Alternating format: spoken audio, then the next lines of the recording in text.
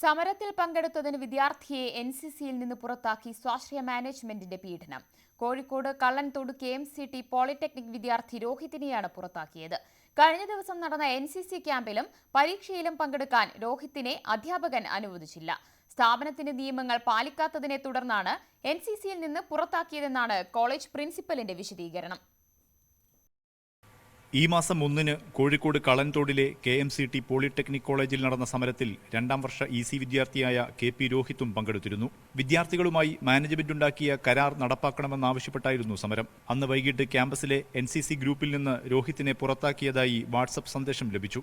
സമരത്തിൽ പങ്കെടുത്തതാണ് പുറത്താക്കാൻ കാരണമെന്നായിരുന്നു അറിയിപ്പ്. അങ്ങനെ തേർഡ് ഡേ ഞങ്ങളെ കാര്യം ഒന്നും അംഗീകരിക്കാത്തതുകൊണ്ട് 3-ാം ദിവസം സ്ട്രൈക്ക് വിളിച്ചപ്പോൾ ഞാനിതിൽ പാർട്ടിസിപ്പേറ്റ് ചെയ്തപ്പോൾ ഞാൻ ഫ്രണ്ടിലിരുന്നുകൊണ്ട് എൻ്റെ ഫോട്ടോ കഴിഞ്ഞ ശേഷം അത് ഞങ്ങളെ NCC ഓഫീസർ അമൽജിത്ത് സാറിൻ്റെ അടുത്ത് കിട്ടിയപ്പോൾ മൂപ്പര് എന്നെ NCCയിൽ നിന്ന് ഔട്ടാക്കി.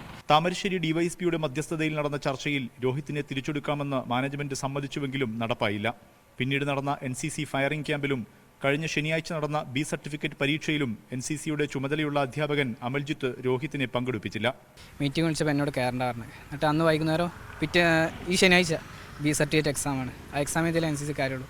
അപ്പോൾ ആ സാറിനോട് ചോദിച്ചു, സാർ ഞാൻ എക്സാം എഴുതിക്കോട്ടെ. അപ്പോൾ മൂപ്പരാണ് നീ എക്സാം എഴുതണ്ട, പ്രിൻസിപ്പൾ എടുത്ത തീരുമാനം, എനിക്കൊന്നും ചെയ്യാനില്ല, നീ എക്സാം എഴുതണ്ട പറഞ്ഞു.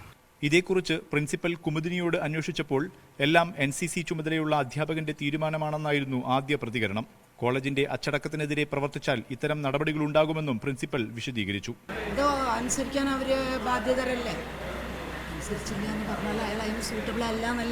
NCC ചുമതലയുള്ള അധ്യാപകൻ അമൽജിത്തിനെ ഫോണിൽ ബന്ധപ്പെട്ടപ്പോൾ ഇതേക്കുറിച്ച് ഒന്നും പറയാനില്ലെന്നായിരുന്നു പ്രതികരണം.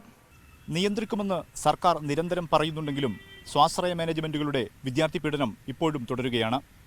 പൊതുസമൂഹം ഇത്രമേൽ ഉണർന്നു പ്രവർത്തിച്ചിട്ടും നിയമലംഘനത്തിന് മാനേജ്മെന്റിന് എവിടെ നിന്ന് ധൈര്യം ലഭിക്കുന്നുവെന്നാണ് ഇനി പരിശോധിക്കേണ്ടത്. മുഹമ്മദ് ഷഹീദ്, News 18, കോഴിക്കോട്.